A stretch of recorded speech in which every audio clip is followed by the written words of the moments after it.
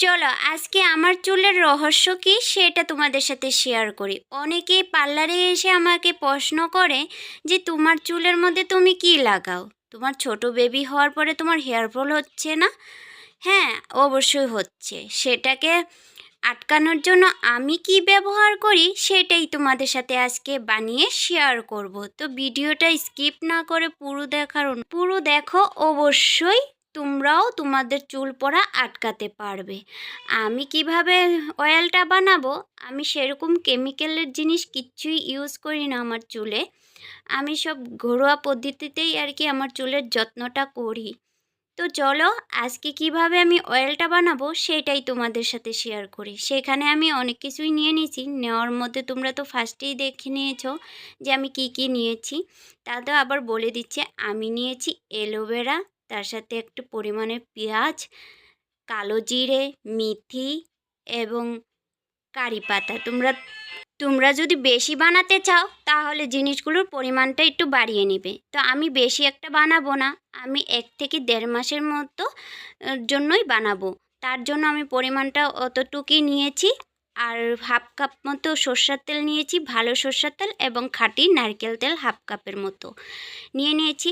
এখন দেখো কড়াইটা বসিয়ে দিলাম, তার সাথে কড়াইটা যখন গরম হয়েছে তো সব কিছু আমি এক এক করে সব কিছু দিয়ে একদম লো আঁচে ভালো করে একদম ইসে করে নিয়েছি, গরম করে নিয়েছি। আর এদিকে দেখো সব কিছু পাতা যেমন কীরকম হয়েছে, ব্রাউন কালার হয়ে আসলে তখন ঠান্ডা করে একটা সুতির কাপড়ে তোমরা ভালো করে সেঁকে নিবে।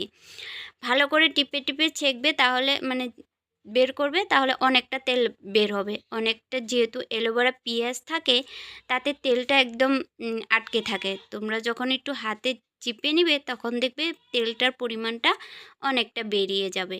তো দেখো আমার অতটুক তেল বেরিয়েছে। তো এটা আমার তেলটা 1 থেকে 1.5 মাস চলে যাবে। তো আমি এখন এই বোতলে স্টক করে রাখবো। তোমরা যদি বেশি বানাতে চাও তাহলে তেলের পরিমাণটা আর প্রোডাক্টের মানে জিনিসগুলোর পরিমাণটা একটু বাড়িয়ে নেবে। আর এখন তো তোমাদেরকে একটু দেখিয়ে দিচ্ছি আমি কিভাবে ইউজ করব। আমি বেশিরভাগ রাত্রেবেলা ইউজ করি। তো তোমরা চাইলে চানের আগেও ইউজ করতে পারো, 1 থেকে 1.5 ঘন্টা আগে ইউজ করতে পারো। আর এভাবে দেখো সিটি কেটে কেটে একদম স্ক্যাল্পে একদম ভালো করে লাগিয়ে ভালো করে মাসাজ করে নিবে। তাহলে দেখবে খুব একটা স্মুথ, তোমরা নিজেরাই বুঝতে পারবে। একদিন ইউজ করার পরেই তোমরা বুঝতে পারবে যে চুলের পরিমাণটা কতটা সফট, একদম শাইন করছে চুলটা।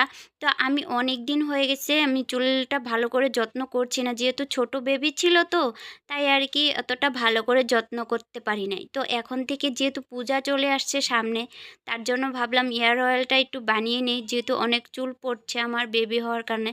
তো তোমাদের কেমন লাগলো?